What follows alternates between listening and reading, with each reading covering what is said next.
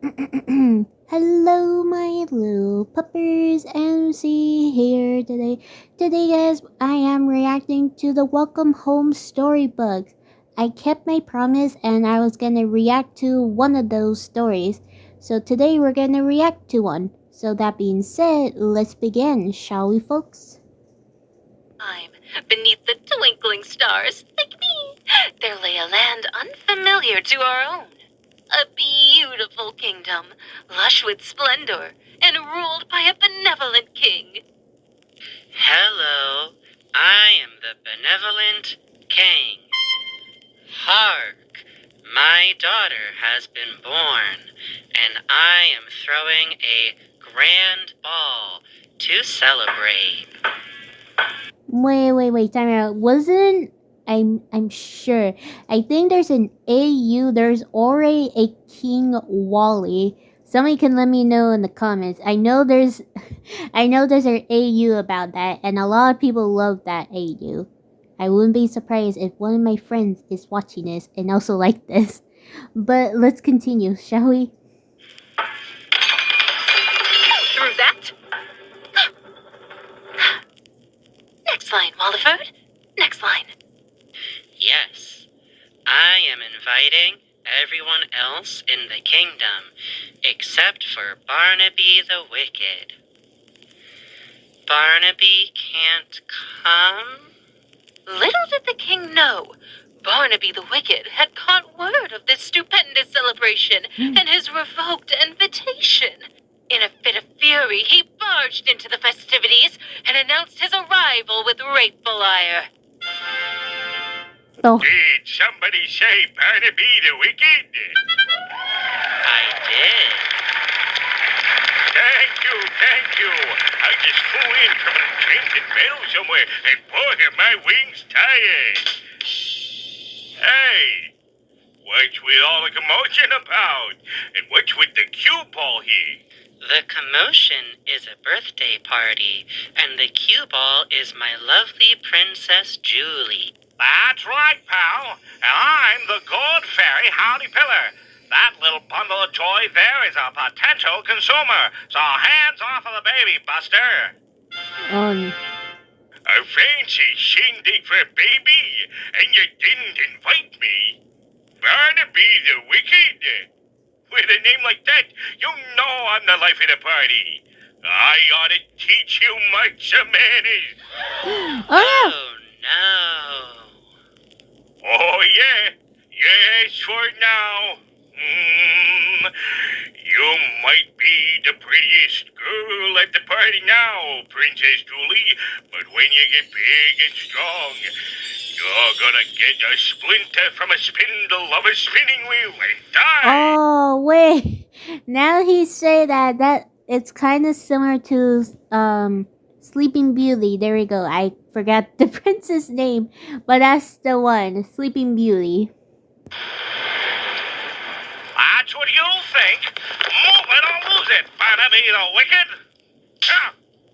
Oh. Princess Julie, when you get big and strong, instead of kicking the bucket, you'll fall into a deep snooze.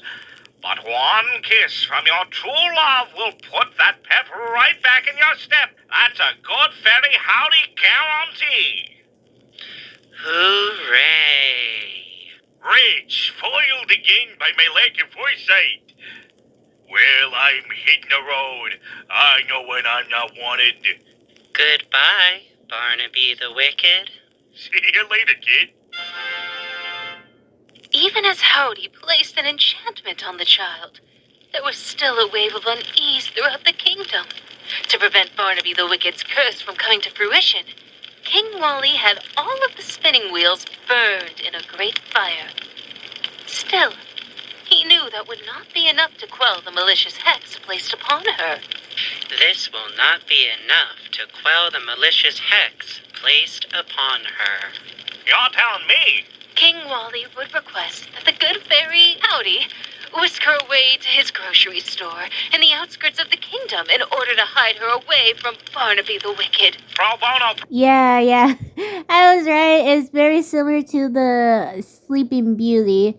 Not the live action one. I'm talking about the original cartoon one, Sleeping Beauty, because this is something very similar to this story.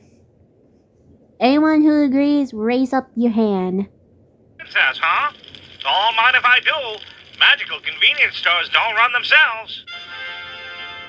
For many clock turns, the good fairy Howdy would raise young Princess Julie into a big and strong rainbow monster.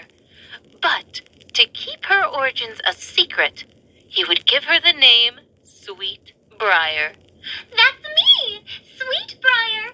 Oh, how lovely am I! How cheery I be! Watch where you're twirling that broom, Sweet Briar. You're likely to whack one of my antennas off. Sorry, Howdy. I'm just so happy to work here every day. In fact, it makes me so happy that I could sing. You could, but how about you go outside instead and take the day. Oh, forget it. Scram, will ya? Okay. Yippee! Don't talk to anybody strange either. There could be entomologists out there.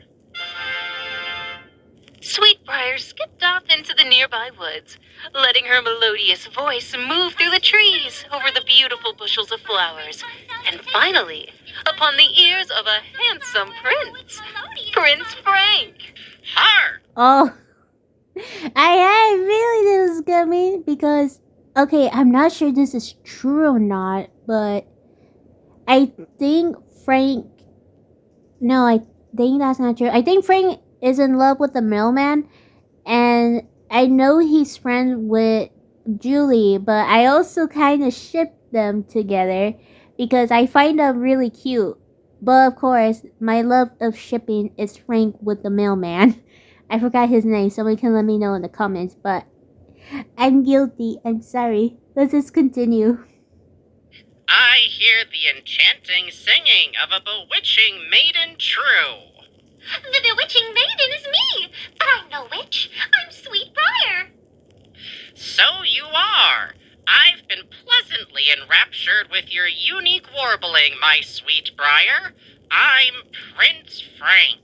It's a pleasure to meet you. Golly, a prince? But what is a prince doing out here? The script called for it. My sweet Briar, will you dance with me amongst the flora and fauna and serenade me with your lovely voice? You bet your behind I will. And behind what? Sweetbriar and Prince Frank danced to a song only they could hear, broken off from the rest of the world. When they finally broke apart, the two departed, promising to see each other again very soon. Sweetbriar returned home with a skip in her step. She told the good fairy Howdy she had fallen in love.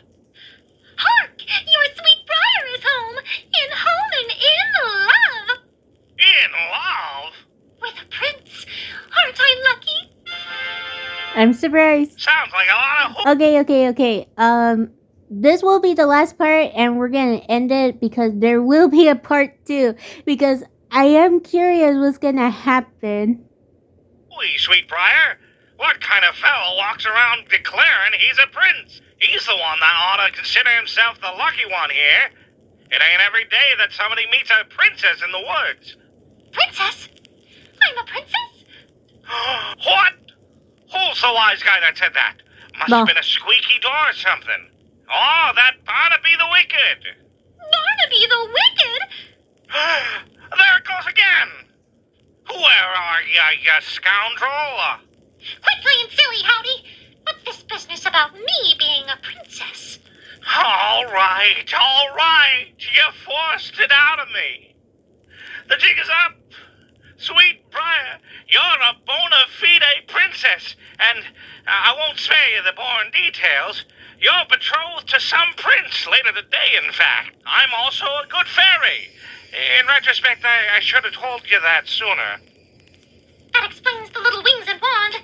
But Howdy, I can't marry somebody else. I'm in love. You're about to be in the castle, getting betrothed, young lady. Get your fantastical and whimsical fairytale shoes on, and let's hit the road. Woe is me. Boo-hoo. road. We're gonna be... I'm sorry. That sounded like Princess Peach for a second. I'm so sorry. late. Sweet. Okay, alright. I hope you guys enjoyed this story. Please guys like, comment down below, subscribe, and hit that notification bell when I post another video. Also guys, let me know in the comments who's your favorite welcome home character and which storybook you like from this video. I would like to know. But that being said, this is MC signing out. Bye guys!